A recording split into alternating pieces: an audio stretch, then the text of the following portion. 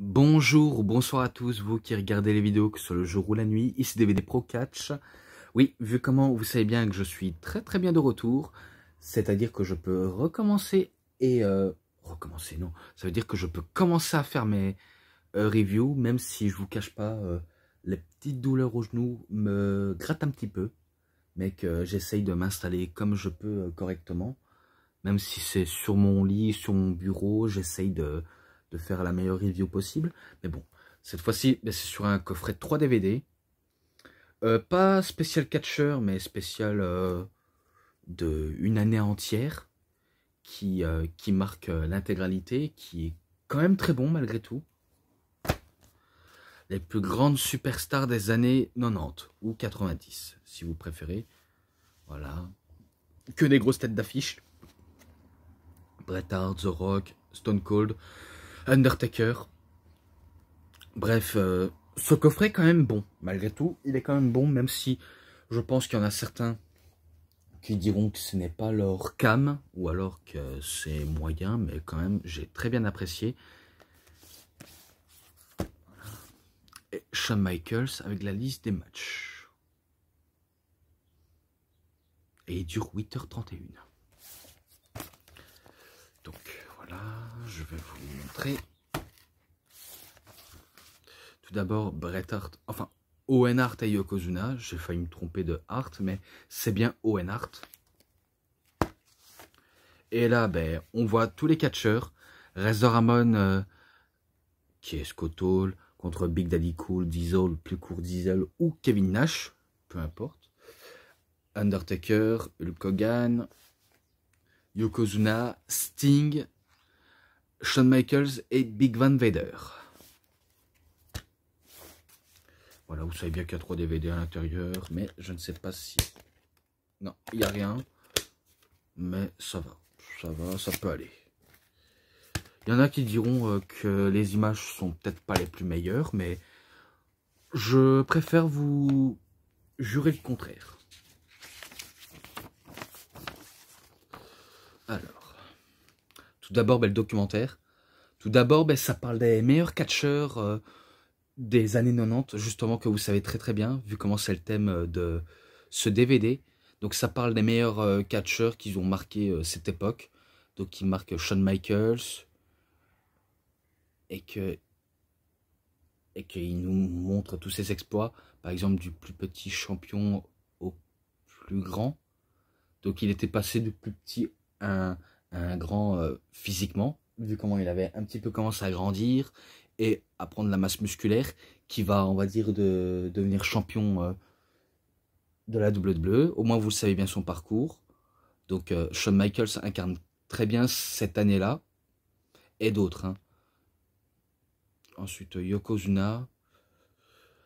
Alors, vous savez bien que Yokozuna, c'est pas non plus du très top, mais il a aussi un petit peu marqué, justement par son poids qui ne donne pas forcément envie, mais vu comment vous savez bien que c'est un sumotori, mais il a quand même capturé un titre mondial, même si cette époque-là était très difficile après, on va dire, le départ d'Hogan, mais qui permet quand même à Yokozuna de devenir champion, même si son règne, ces deux règnes d'ailleurs ne sont pas non plus que des immenses succès.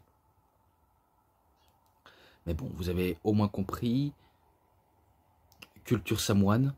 Ben, entre les deux, c'est sûr, entre The Rock et Yokozuna, ils partagent le côté history samoane, même si Yokozuna, il a hérité de ce nom, parce que vu son gabarit, et qu'il a un style de sumotori, je pense pas qu'il a déjà fait, mais peut-être qu'il a déjà fait des concours de sumo, mais vu son poids, c'est peut-être sûr et certain, mais qu'on sait bien qu'il a des origines, des origines américano-samoanes.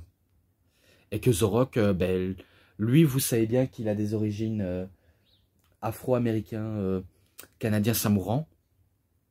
Donc oui, il a tout le côté spécial. Et qu'il avait débuté en tant que Rocky Maivia. Donc je le dis, je le répéterai, jusqu'à ce que vous compreniez, parce qu'il y en a un qu'il a complètement oublié, que j'avais complètement cité, alors que je n'ai pas oublié, contrairement à lui. Donc vous savez bien de qui je veux parler, ben, de WWE Réseau Souvenir. Car lui, j'avais déjà expliqué, et que à chaque fois quand je sortais une review sur un Target classique, il disait des choses, mais qu'il ne précise rien en fait. Donc en gros, il dit des choses sans m'éclairer. Ou alors est-ce qu'il disait des choses pour me mettre sur une fausse piste ou pour me troller. Donc c'est un petit peu pour ça, et c'est aussi à cause de ça que j'étais aussi en tension avec lui. Parce que vu comment il commence à me monter les nerfs, alors que tout le monde connaît l'histoire sur The Rock, les fans de catch, même ceux qui ne sont pas fans de catch, connaissent l'histoire de The Rock. Et que j'avais dit dans The Most Electrifying Man in Sport Entertainment que Rocky, ben, c'est pas en hommage à Rocky Balboa, ce n'est pas pour le film, non, loin de ça. C'était, on va dire, le nom qu'avait son père, donc Rocky Johnson, le Soulman Rocky Johnson. Donc il a pris le nom de son père. Et Maivia, le nom de famille de sa maman et de son grand-père et sa grand-mère. Vu comment sa grand-mère aussi était catcheuse et promotrice, comme son mari High Chief Peter Maivia. Donc il a hérité, on va dire, du nom de famille. Et du coup, à deux, ça fait Rocky Maivia. Et que ses débuts étaient, on va dire, assez bizarres. Dans le catch, c'est sûr, c'était assez bizarre.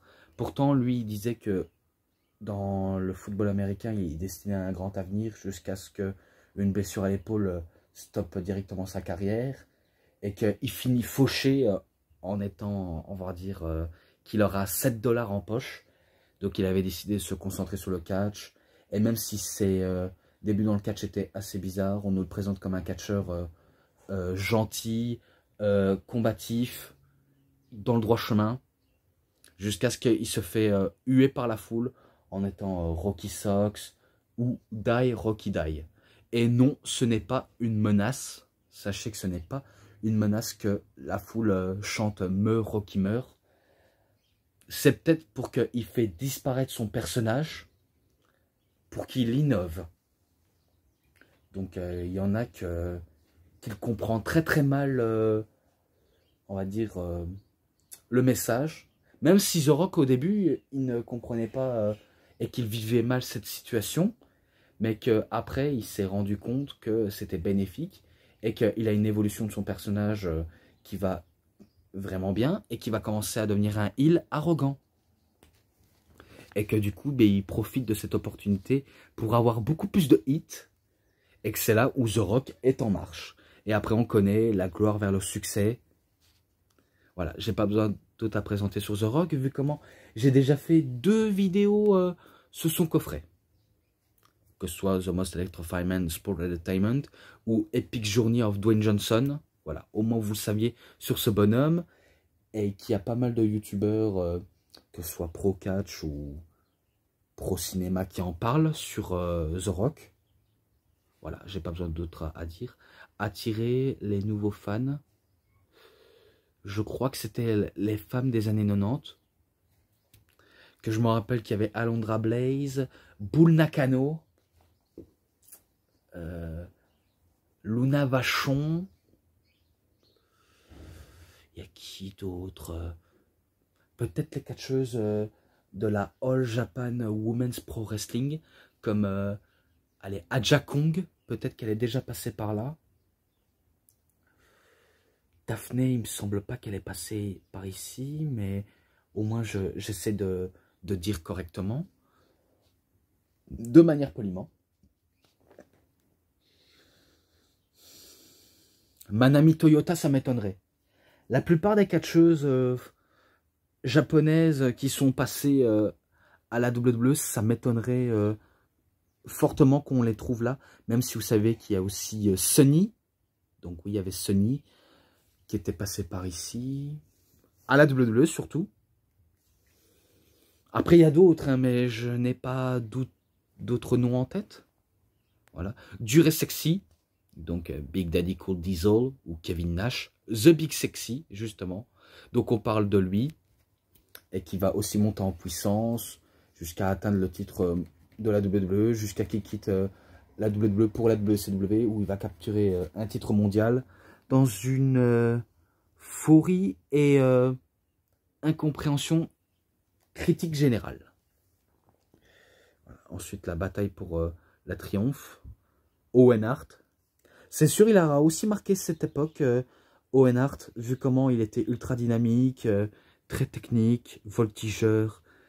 Bref, il était ultra complet sur le ring et qui nous montre que c'est pas un Hart pour rien et qui peut aussi surpasser son grand frère, à la personne de Bret. Mais que malheureusement, c'est le destin qui l'a poussé à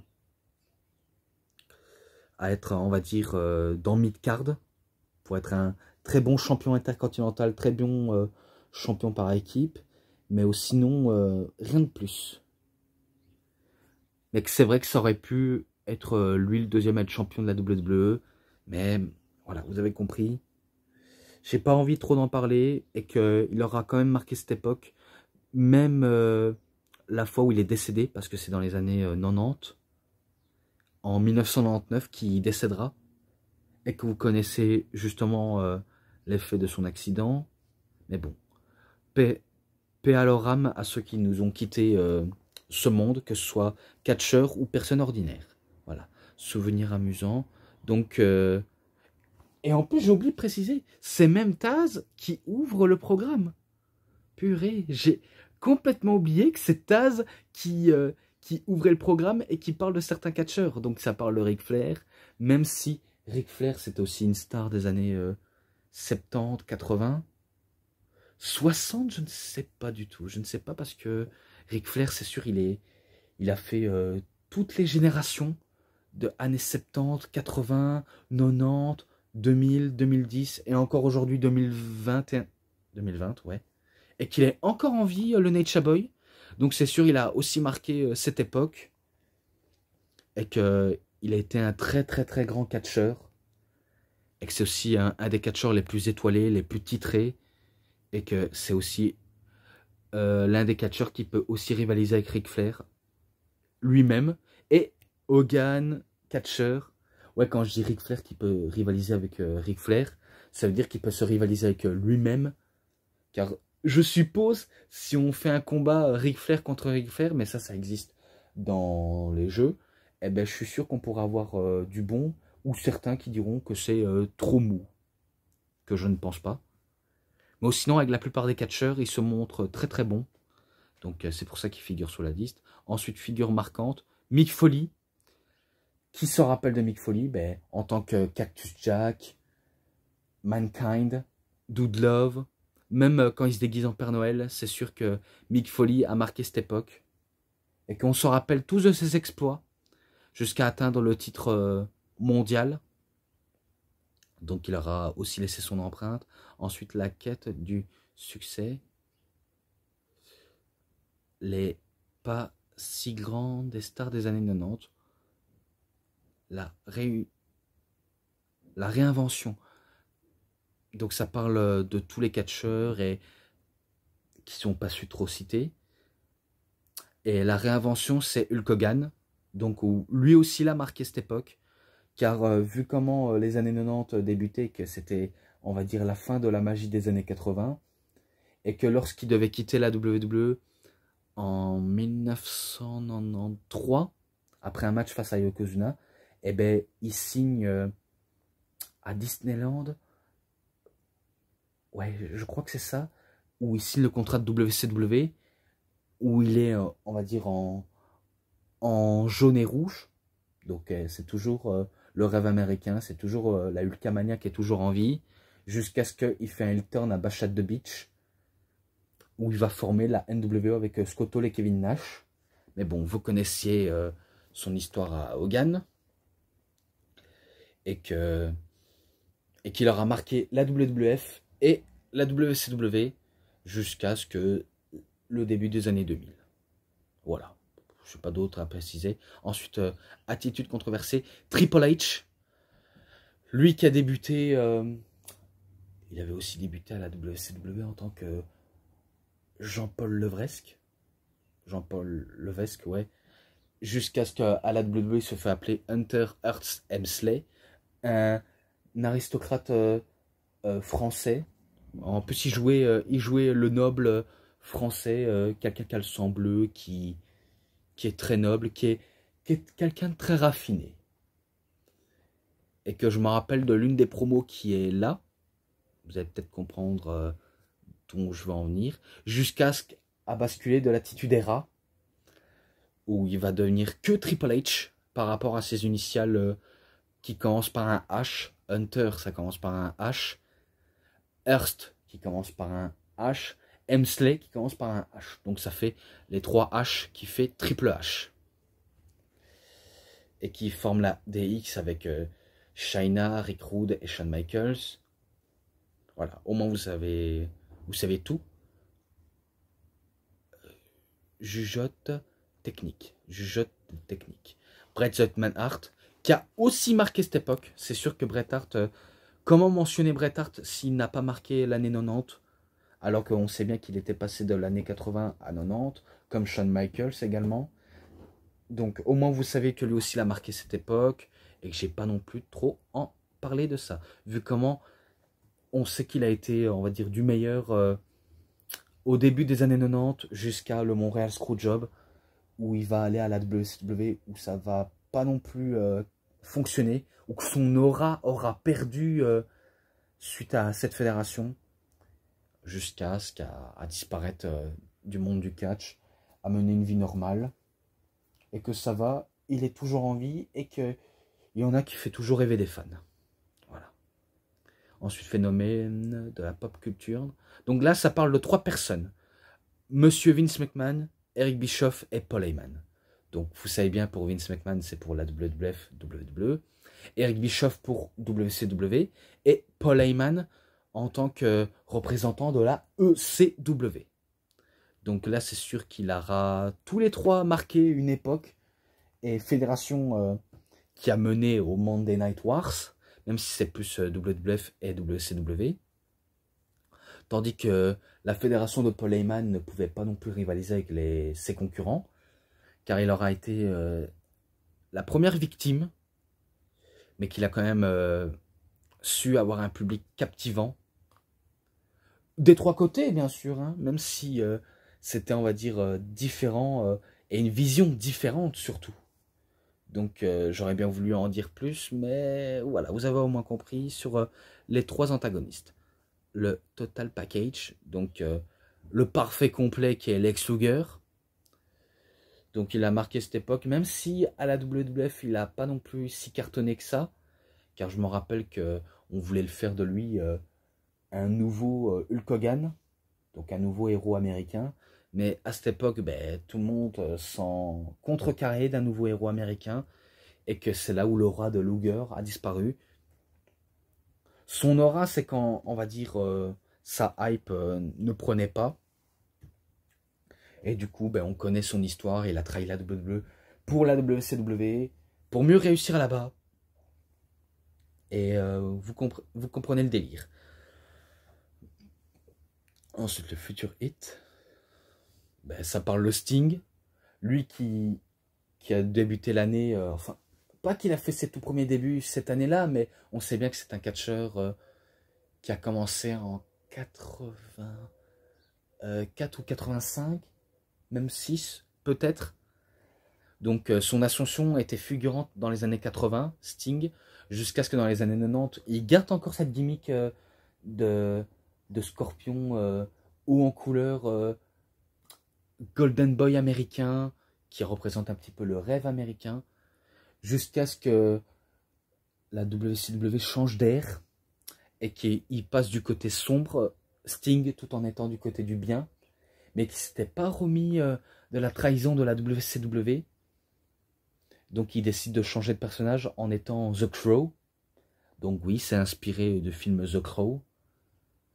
Et que le Crow, ben, vous savez bien que c'est joué par le fils de Bruce Lee, Brandon Lee, que lui, il était mort dans un plateau de tournage où une balle à blanc était, on va dire, une balle réelle. Donc je sais bien qu'il y a peut-être des gens qui en parlent sur ça, mais voilà, au moins vous avez compris. Sting s'est inspiré de ce personnage, sombre, mystérieux, tout en côté du bien, et qui mixait les idées de Stone Cold Steve Austin. Pas qu'il a l'attitude, mais il a des bonnes vieilles idées à la Stone Cold Steve Austin. Et surtout, le plus important, ben, l'aura et l'attitude est à peu près le même univers que l'Undertaker. Et que la WCW s'est très bien captivé sur son personnage, même si les apparitions furtives, de différentes manières avec Sting étaient très différentes, et que ça faisait, je crois, 1 an qu'il n'avait pas catché, et qu'il rentrait en collision face à la NWO, et qu'il voulait battre le leader de la NWO, et que ce match était un fiasco à Starrcade, vraiment un très très fiasco. Mais qu'il essaie de se remettre plus au point jusqu'à le battre, mais bon, le mal était fait. Et que maintenant vous connaissez Sting, il n'a pas changé de personnage. Et que suite au rachat de la WCW à la WWE, donc c'est la WWE qui rachète la WCW, eh ben, Monsieur McMahon voulait avoir tous les plus gros noms de la WCW.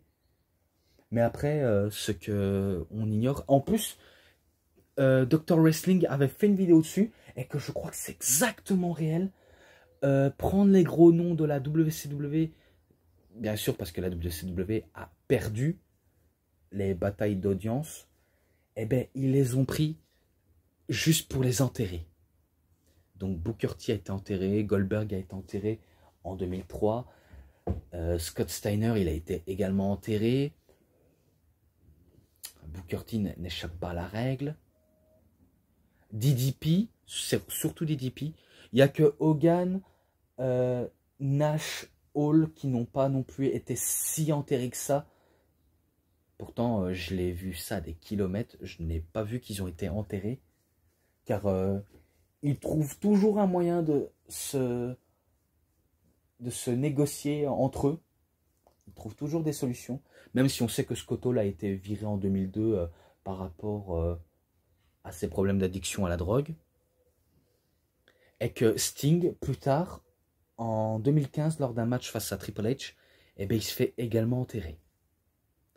Alors que on connaît que Sting n'a pas voulu signer chez Vince McMahon, car il va se concentrer à la TNA, une fédération secondaire, ça vous savez bien, et que pendant longtemps, c'était le seul à n'avoir jamais signé à la WWE jusqu'en 2014. Et que aujourd'hui, on peut le voir du côté de la AEW, même s'il ne catch pas tous les jours, car c'est plus un mentor et manager de Darby Allin, donc vous connaissez bien. Ensuite, j'ai déjà assez trop tardé sur Sting.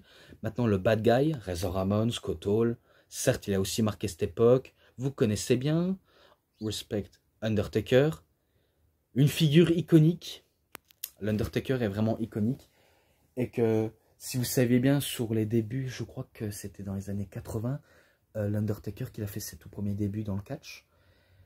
Bref, il avait catché un petit peu partout au Texas, que ce soit dans la fédération des Von Erich. Il a aussi catché au Japon, la New Japan Pro Wrestling, jusqu'à ce qu'il arrive à la WCW, où le promoteur... enfin, je crois que les officiels disaient que Undertaker n'était pas au niveau, donc ils disaient de lui qu'il n'était pas aussi haut niveau. Alors quand il va à la WWE, eh ben, c'est quelqu'un d'autre, c'est quelqu'un qui a un niveau surélevé. Et dommage qu'ils n'ont pas parlé de Chris Jericho, de Eddie Guerrero, de Rey Mysterio, de Dean Malenko. Benoît, c'est sûr, ils ne vont pas en parler, mais ils auraient pu en parler de la plupart des catcheurs qui ont marqué l'année, cette époque. Donc ils auraient pu en parler, mais là ils en parlent de l'Undertaker qui a marqué les époques et les générations jusqu'à l'année 2020, où il va être Hall of Famer et que il peut, on va dire, profiter d'une vie tranquille. Et que du meilleur à certains catcheurs, on en souhaite. Ensuite, un rebelle. Stone Cold Steve Austin, c'est sûr qu'il aura percé la génération 90. Car en passant, on va dire, d'un catcheur qui a le côté, on va dire, divertissant cinématiquement parlant, comme si c'était une vedette, en se faisant virer de la WCW, en étant du côté extrême, à la ECW, jusqu'à ce qu'il arrive pour la première fois à la WWE, où il devient un côté arrogant, vulgaire, et assez brut, et que vous connaissez bien sa fameuse catchphrase There's a bottom line, as Stone Cold said so. Est-ce que vous avez compris ce que Stone Cold veut dire? Ou encore la promo au King of the Ring qui a marqué tout le monde. Oubliez les gens ou John 316. Austin 316, il vous mettra une sacrée branlée. Donc Austin 316 Posai Ripper Ass. Voilà, qui s'en rappellerait pas de ces promos mythiques, ou le match face à Bret Hart à WrestleMania 13, son affrontement avec Shawn Michaels, face à l'autorité de Monsieur McMahon. Bref, qui s'en rappellerait même pas de lui, jusqu'à ce qu'il prend, on va dire, sa retraite des rings en 2003. Et en 2022, il combat face à Kevin Owens, pour une seule soirée, mais voilà, au moins il a su nous dire coucou à chaque moment, instant, et il nous a su divertir. Et que ça met vraiment fin, et qu'ils sont arrêtés là-dessus. Donc je crois que j'ai beaucoup trop m'attarder sur le documentaire. Maintenant je passe au match. Ouais, je me suis trop attardé. Donc cette fois-ci au DVD 2. Hulk Hogan contre Ric Flair au Madison Square Garden, 30 novembre 1991. Et que Ric Flair est accompagné par Bobby Heenan et Mr. Perfect Kurt Hennig. Ce match-là, il est présent dans le coffret de Hogan. Et je ne plaisante pas. Il est vraiment présent. Eh bien, il était bon. Pas si exceptionnel, mais il était bon. Et que vous allez peut-être dire que jamais que Hogan et Flair se sont affrontés. Et pourtant, c'est le cas, ils se sont affrontés. Même si ça aurait pu être prévu pour WrestleMania 8, ça aurait pu être prévu, mais voilà, ça n'a jamais eu lieu. Du coup, ça a eu lieu à la WCW lors de Starrcade. Je ne sais pas, mais je pense qu'il y a eu lieu ce match-là. Bref, ce match-là, ben, vous savez bien que c'est victoire de Hogan, en description. Ensuite, un match qui n'est pas présent, que je n'ai jamais noté dans la plupart des coffrets de certains catcheurs, ou peut-être. Ah, c'est sûr, quand je dis n'importe quoi, mais je crois qu'il est présent dans leur coffret de leur grande rivalité. Donc quand je dis que je l'ai peut-être pas noté, ça se voit que je me suis bien trompé en goût, en gouré totalement. Donc c'était au Survivor Series le 25 novembre 1992. Donc c'est pas là où il y a le Montréal Screwjob, car leur affrontement c'est en 97, toujours à Survivor Series. Mais là, ce n'est pas là où il y a eu l'arnaque. Et que c'était pour le titre de la WWE. Et que Bret Hart, ben, il conserve son titre de manière successivement face au Heartbreak Kid. Mais d'ailleurs, il faut que je regarde, hein, parce que c'est sûr, les matchs comme ça m'échappe. Hein. Et qu'il faudrait que je sois très attentif. Mais bon, c'est victoire de Bret Hart de toute façon, parce que Bret Hart, on peut dire qu'il a été un grand rivaux de Shawn Michaels et aussi sa bête noire.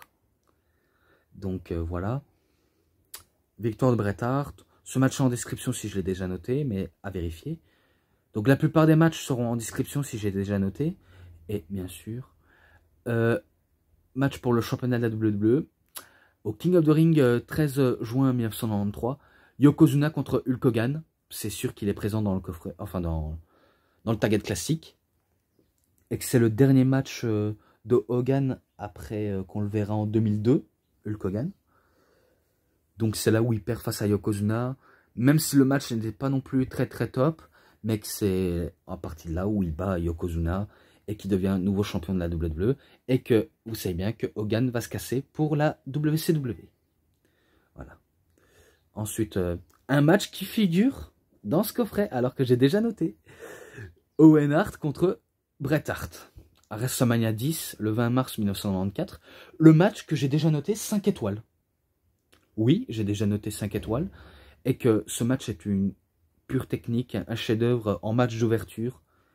Même si vous savez bien que le match entre Michaels et Ramon a été noté 5 étoiles par rapport au match qui était correct. C'est vrai que j'aurais pu le mettre 5, mais j'ai un petit peu merdé sous ce coup-là, mais c'est pas grave.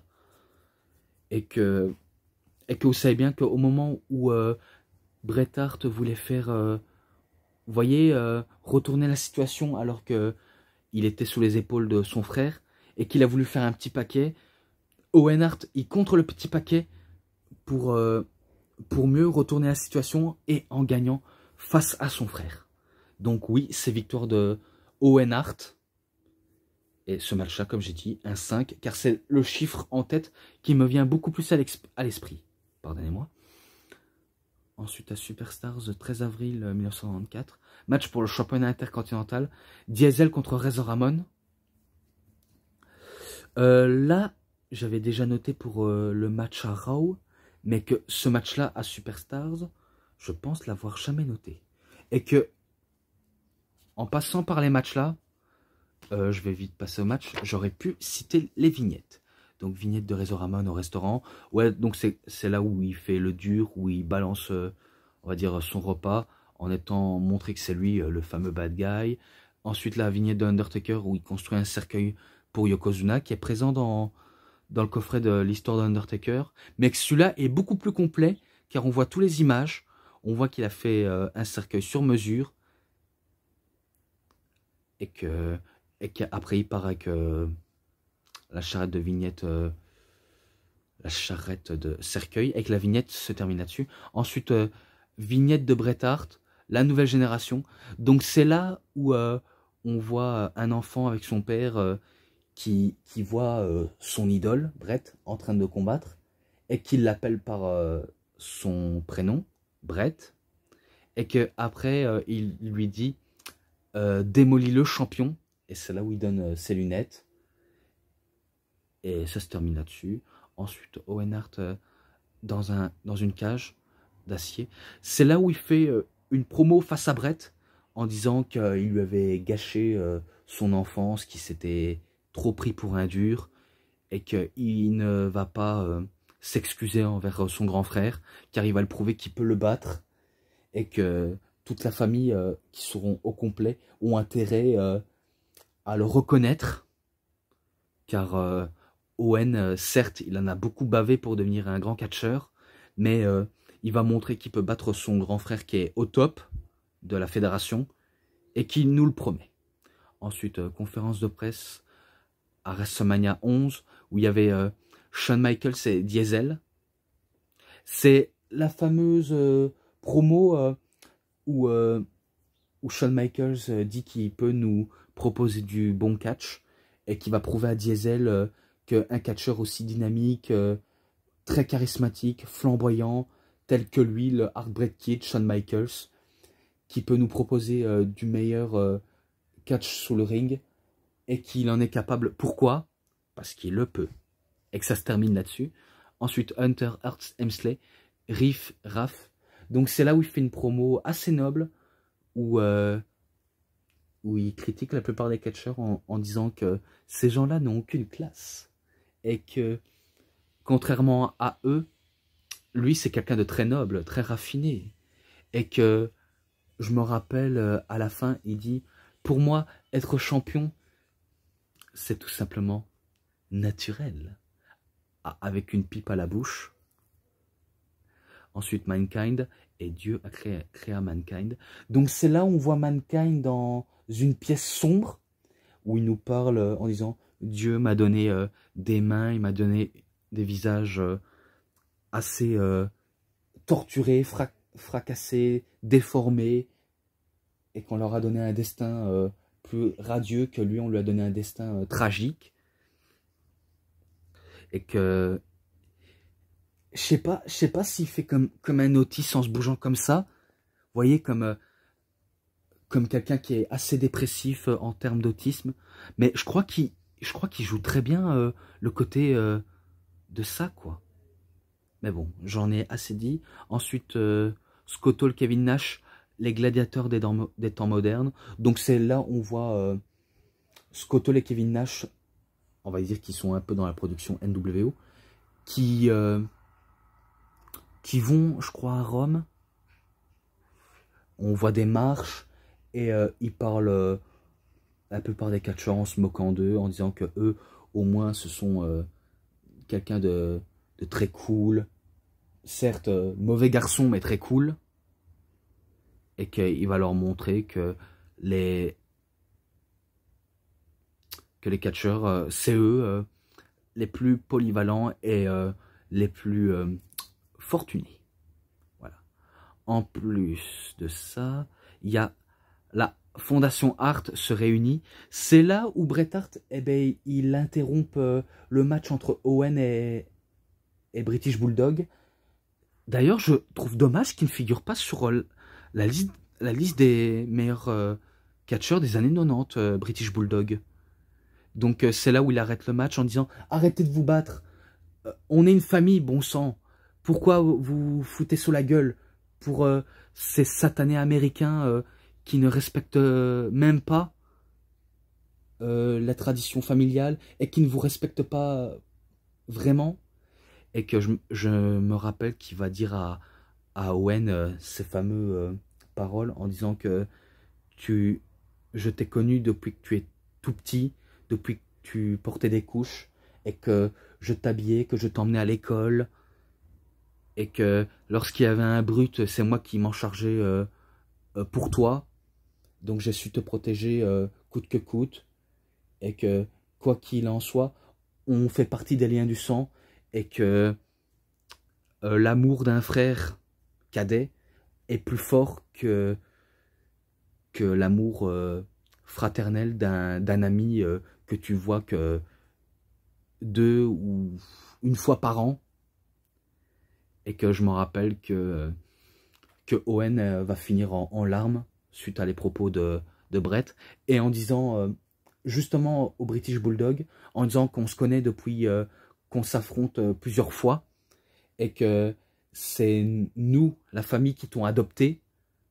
En plus, c'est vrai, ils l'ont accepté tel qu'il est, et que sa sœur Diana, leur sœur à Bret et Owen, ont accepté de sortir avec lui, et que malgré, on va dire, les différences de nationalité et de familial, on est comme une famille, on est bien soudés, et que c'est là où il critique les Américains en disant que les Américains ne connaissent pas la valeur traditionnelle familiale, en disant qu'il n'a pas besoin d'eux, mais qu'il a besoin de sa famille, donc Owen, British Bulldog, plus tard Jim Neidhart, même si Brian Pillman va aussi rejoindre la fête, et toute la confrérie Hart. Toute la confrérie Hart. Voilà. Donc c'est là où ils se prennent tous les trois dans les bras, en se pardonnant, et que c'était magnifique. Ensuite, Génération X rejoue l'incident du Montreal Screwjob. Donc c'est là où Shawn Michaels était au centre du ring avec Chyna et Hunter Hearst Helmsley, et qui demande qu'on devrait accueillir Bret the Hitman Hart. En vérité, ce n'est pas du tout lui, c'est, on va dire, un petit homme de petite taille qui a le masque de Bret, avec les lunettes et ce qui va avec, et qu'il s'est en train de moquer de Bret, enfin, de ce petit bonhomme, comme on se moque de Bret Hart. Et que je me rappelle qu'il le prend par la tête alors que le petit lui donnait des petits coups de poing de rien du tout, et qu'il le met au sol, et que je me rappelle qu'il fait un sharpshooter, et que le faux Bret, eh ben, il abandonne, et que Triple H, quand il va lui poser une question, il va dire qui est le main eventer, Shawn Michaels, qui est la vedette, Shawn Michaels, qui est le briseur de cœur, Shawn Michaels, qui est Monsieur WrestleMania, Shawn Michaels, ou encore qui est le plus grand champion de tous les temps, Shawn Michaels, ou encore qui sont l'équipe la plus dominatrice et la plus délirante de tous les temps, DX. Bref, c'est vrai que c'était une parodie, mais qui doit faire rire certains, ou d'autres pas du tout. Ensuite The Rock, lit l'éloge funèbre de Stone Cold Steve Austin. Donc je crois que c'est la promo où Stone Cold Steve Austin il fait un soi-disant funérailles pour Stone Cold. Enfin c'est The Rock qui fait un soi-disant funérailles pour Stone Cold. Qu'est-ce que je raconte? En disant mes chers bouseux ou ouais mes chers bouseux.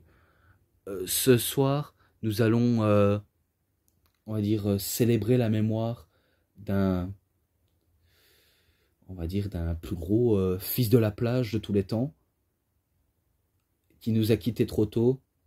En fait, c'était suite qu'il lui avait, on va dire, donné un coup de poing au niveau du... enfin, je crois qu'il lui avait donné un coup de poing à la face d'Austin alors qu'il était au bord du pont et qui tombe dans l'eau et qui balançait même le titre Smoking Skull, qui est le titre WWE, personnalisé de Stone Cold Steve Austin, qu'il achetait à la flotte alors qu'il avait exactement sur lui et qu'il a dit qu'il a laissé l'autre se laisser pourrir cette saloperie de titre, pourrir avec cette espèce d'ordure, et que c'est là où on voit Stone Cold Steve Austin avec un monster truck et qui disait au voiturier en disant c'est la voiture de The Rock, en disant oui c'est la voiture de The Rock, et que c'est là où il commence à écraser la bagnole de The Rock et qu'il arrive à l'arène en se buvant des bières, en mettant une raclée à The Rock, et qu'après, un peu plus loin, eh ben, il le met dans le trou, et que ils ont coupé ça au moment, mais on se rappelle quand Stone Cold, il boit une canette de bière, enfin des canettes de bière, et que Shane McMahon, en traître, eh ben, il assomme Stone Cold Steve Austin à coups de pelle. Voilà, au moins vous savez, Stone Cold Steve Austin se souvient de Shockmasters. C'est là où British Bulldog et Sting fait appel au Shockmasters et que Shockmasters, eh ben, il passe à travers le mur et il perd son masque. En plus, son masque, c'est exactement le même masque dans Star Wars, mais version boule à facettes. Donc c'était un petit peu ridicule cette entrée. Donc c'est pour ça qu'il s'en moque aujourd'hui.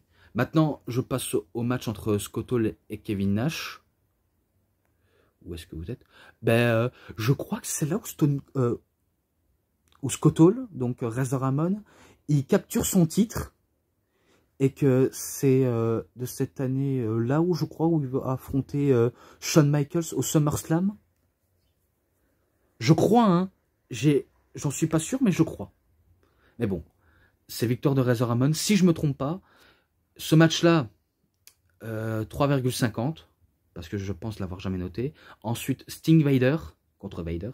Match pour le championnat du monde poids lourd de la WCW à Slamboree, 22 mai 1994.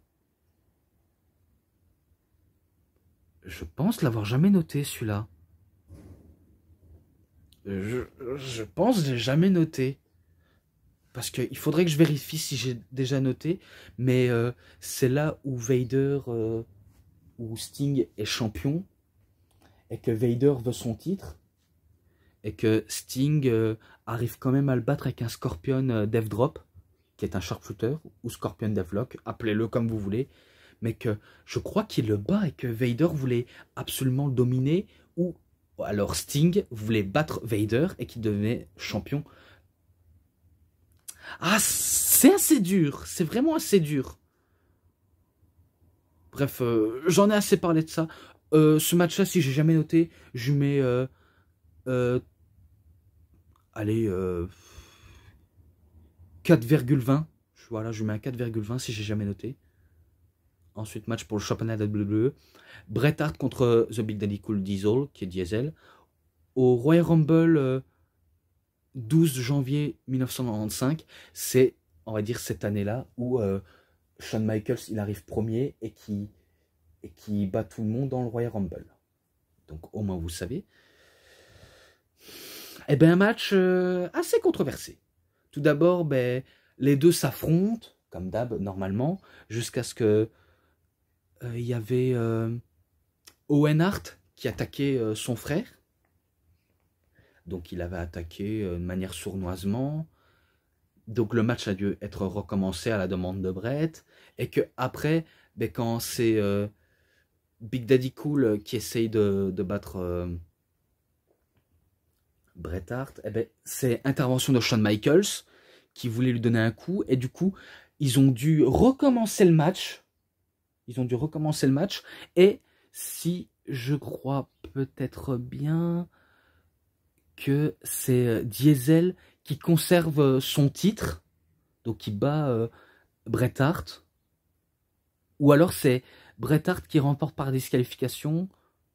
Ah, je sais pas, mais je crois que c'est Diesel qui bat Bret Hart hein, et qui conserve son titre. Bref, ce match-là, qui était pas si mal que ça, mais que je lui mets 3,60. Voilà. Ensuite, match pour le championnat féminin. À Raw, le 3 avril 1995. Alundra Blaze contre Bull Nakano. Il me semble qu'il est présent dans le coffret Raw Beginning. Il me semble qu'il est présent. Car je ne pense pas d'être fou à ce point-là. Et que, si je crois bien, les deux, ils nous sortent un bon match. Et pourtant, c'est tellement rare pour l'époque que les catcheuses nous proposent du bon catch. Alors que c'est pas non plus trop leur fort. Mais que, si je crois bien, ça a terminé à l'extérieur du ring. Donc les deux ne voulaient pas monter dans le ring. Et du coup, ben, c'est un double décompte à l'extérieur. Et que c'est victoire de ni l'un ni l'autre, mais que de perdantes. Donc voilà, ce match-là, si je me rappelle bien, je lui avais mis un 3,5. Ouais, je lui avais mis un 3,5 à mon avis. Mais bon, je passe. DVD 3. J'espère que je vais aller un peu rapide. Match où tous les titres sont en jeu. Shawn Michaels, Diesel contre British Bulldog et Yokozuna à In Your House 24 septembre 1995. Alors là, il est présent et que je l'avais déjà noté. Et que, je le dis, je le pense direct, c'est victoire de Shawn Michaels et Diesel. Et que ce match-là, ce sera en description. Et pareil pour l'autre, entre Shawn Michaels et Owen Hart, à In Your House 18 février 1996. Donc, il y a les numéros que j'ai pas su mettre, mais que je vais peut-être en mettre. Et bien pareil, c'est victoire de Shawn Michaels qui bat Owen Hart avec un switch and music, même s'ils nous ont proposé que du bon catch. Honnêtement, ils nous ont proposé du bon catch. Ensuite, match pour le titre de la WWE, Shawn Michaels contre Vader, au SummerSlam 18 août 1996. Ça, il est présent dans le coffret des I Guess Flyers, dans le DVD de Boyhood Dream de Shawn Michaels, et que il y avait des tensions entre Vader et Shawn Michaels, car Shawn Michaels reproche à Vader de puer comme un rat mort. Et en plus, il le dit dans... Enfin, Dr. Wrestling parle encore de cette affaire Michaels-Vader, et que à l'époque se détestait, et que l'influence de la clique dans les coulisses était très très forte. Et que je me rappelle que Shawn Michaels a pris la raquette de tennis de Jim Cornette qui le matraque et qui va aussi matraquer Vader. Du coup, Vader remporte par disqualification, mais qu'ils ont dû recommencer le match. Et que j'avais déjà expliqué que c'est là où Vader, il fait un moonsault malgré son poids. Malgré son poids, il fait un moonsault. Et que Shawn Michaels, il fait à son tour un moonsault et qui bat Vader. Voilà. Au moins, j'ai déjà assez expliqué. Ensuite, un match en cage d'acier.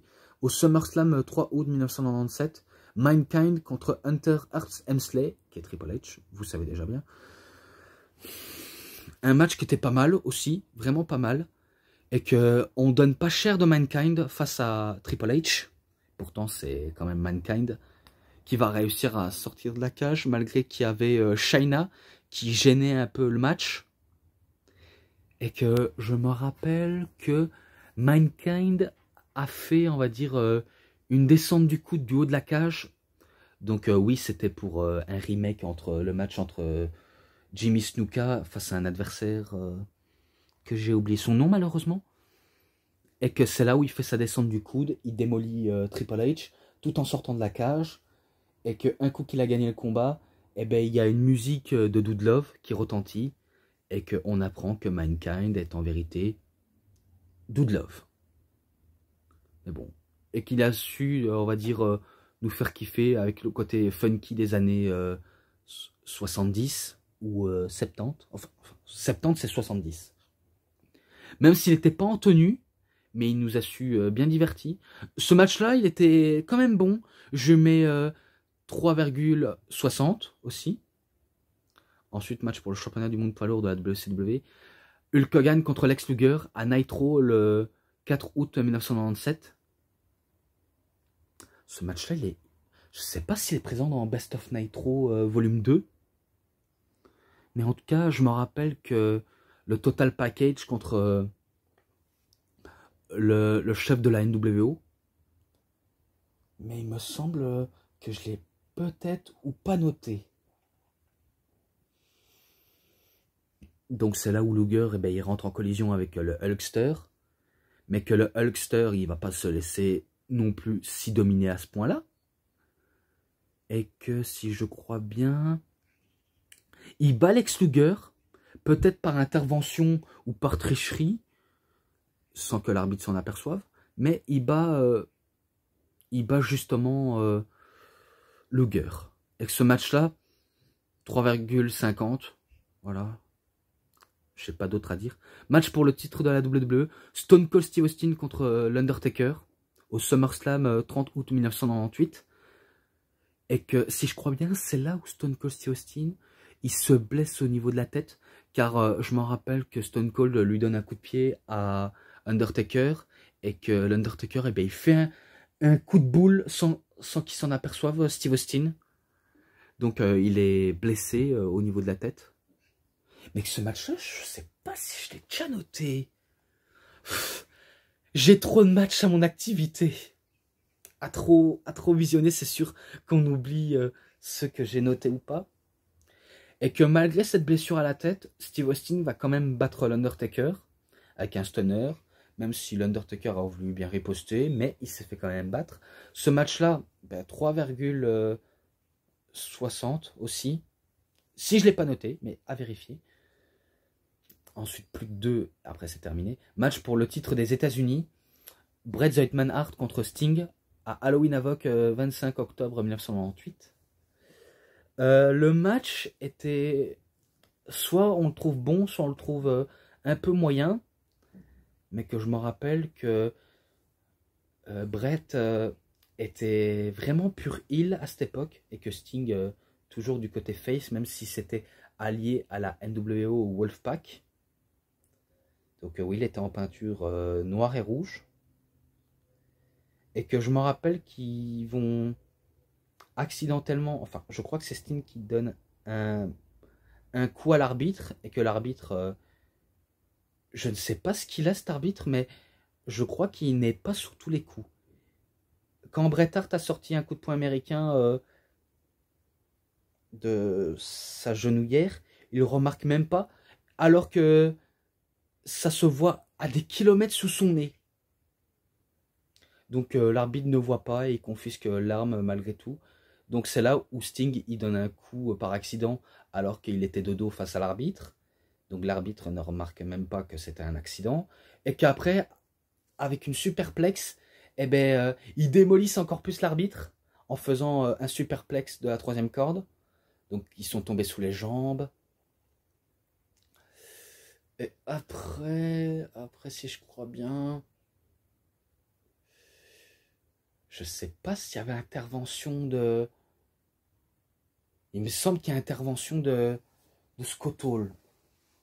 Ou de un autre catcheur, mais je ne sais plus. Qui prend la batte de baseball de Sting et qui la scène sur la tête. Peut-être que c'est Hulk Hogan. C'est sûrement Hulk Hogan. Vu comment Bret Hart était allié à la NWO Hollywood. Et que c'est là où Bret Hart il fait un sharpshooter, mais que Sting n'abandonne pas, mais que l'arbitre il fait lever 3 fois le bras. Et à l'époque c'était différent. On pouvait lever le bras d'un catcheur pour voir s'il avait encore des miettes ou non. Et du coup, l'arbitre, il met victoire Bret Hart et c'est lui le champion des États-Unis. Je crois qu'il reste toujours champion des États-Unis. Car Sting a aussi été champion des États-Unis. Bref, ce match-là, assez... je sais pas comment le qualifier, mais voilà. Ce match-là, 3,50. Voilà. Ensuite, match de ceinture. Donc, Strapple match. Triple H contre The Rock, même si j'aurais pu marquer différemment. Voilà, mais c'était à Folly Lodi, 25 juillet 1999. Ça clôture ce coffret. Voilà. Tout d'abord, ben, il est présent dans ce Target classique. Et que j'avais dit que c'est une victoire de Triple H. Et qu'il pouvait se battre n'importe où dans la salle. Avec la ceinture autour du poignet. Donc je me rappelle que ça se fouettait partout, des deux camps, que ça s'envoyait dans le décor. Et qu'après, un peu plus tard sur le ring, quand le Rock avait une ceinture, parce que Triple H s'était défait de cette ceinture autour du poignet, eh bien, il y avait intervention de Billy Gunn. Chyna, elle était déjà à l'extérieur. Et la plupart des membres de DX. Donc c'est là où je crois, où le Rock il met KO un des membres de DX, bien sûr Billy Gunn. Et que Triple H en profite pour faire un pedigree et qui remporte le match. Donc c'est victoire de Triple H par bien sûr aide des membres de DX. Ce match-là en description, vu comment j'avais déjà noté. Et j'en ai fini de trop parler sur le coffret des plus grandes superstars des années 90. Donc voilà un coffret qui est assez complet sur l'année 90, même s'ils auraient pu en parler sur certains catcheurs. Mais bon, est-ce que vous avez aimé ou non, ça dépend de vos goûts. Mais en tout cas, moi j'ai bien adoré à découvrir. Et que c'est vraiment un magnifique coffret, celui-là aussi. Bon, il y en a qui diront que c'est pas le meilleur, mais voilà.